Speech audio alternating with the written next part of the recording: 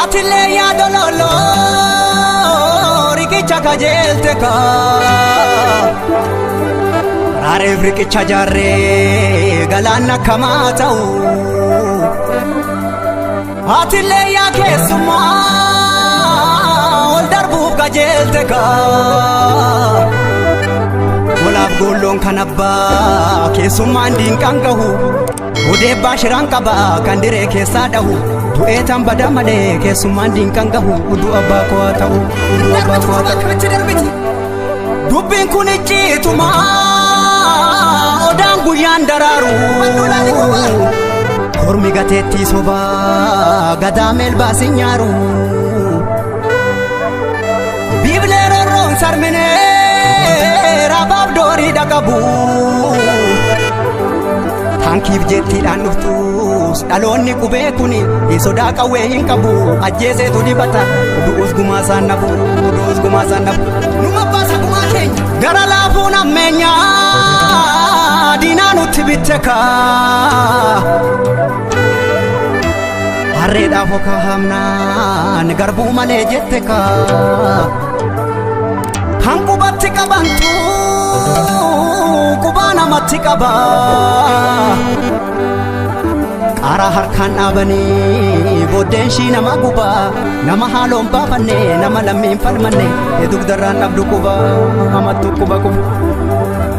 Sina maya namana ya nami chafirako ya dima dina abdibbe Tulu sitijigumo lammin sijiguwaya Afaan namaan dubbata akka tamboo fi gaayya Guutuu sawwaalchaan qabdu badduus barbaachaan qabdu Koo lammii keessi wayya anu lammii keessi wayya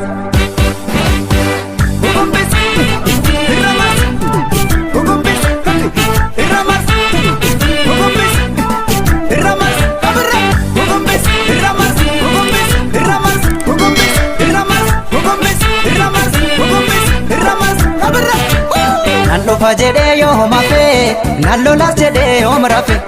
Teraptus karana nambe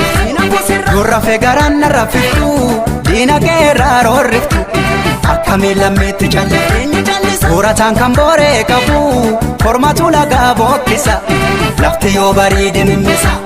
Antuuta lubbuudhaan jirtu Boofatu jira liqimsa Diinni haqa keenya didimsa Dandeenyu hundeen buqqifna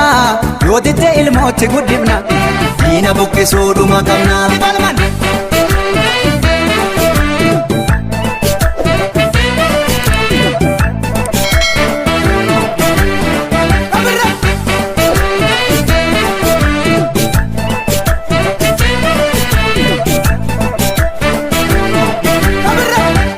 Kangaaf duraalee gumaan hin baane jedha kunni Jabaate mirga biyya falma dhalonni Har'uma jabeessi bullaan lafee taati tiruuni Mirga uumamaalee nurraa mulquuf jirti jarreeni Ulaan baniini kophaa jalaan seenti gadeeni Jallaa jabeessi abbaadhumaan tolti qeeni jedhini Ijaarsa kee tolchi jedhini abbaadhumaan tolti qeeni Gumaasi nyaanni maallaqaani Ajjeefne baafana dhiigaani Sodaa qawween qabnu jedhini Of kaabachiisuun eegumaani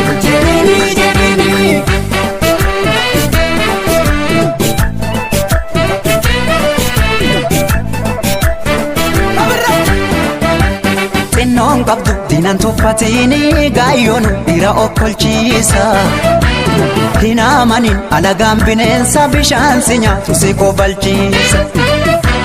Nu callifna arbaciise seetee nu dammaqna boolla meeqa buute Akka dhukaafteef silaa dhumneerra gamtaan lolle kanumaaf cimneerra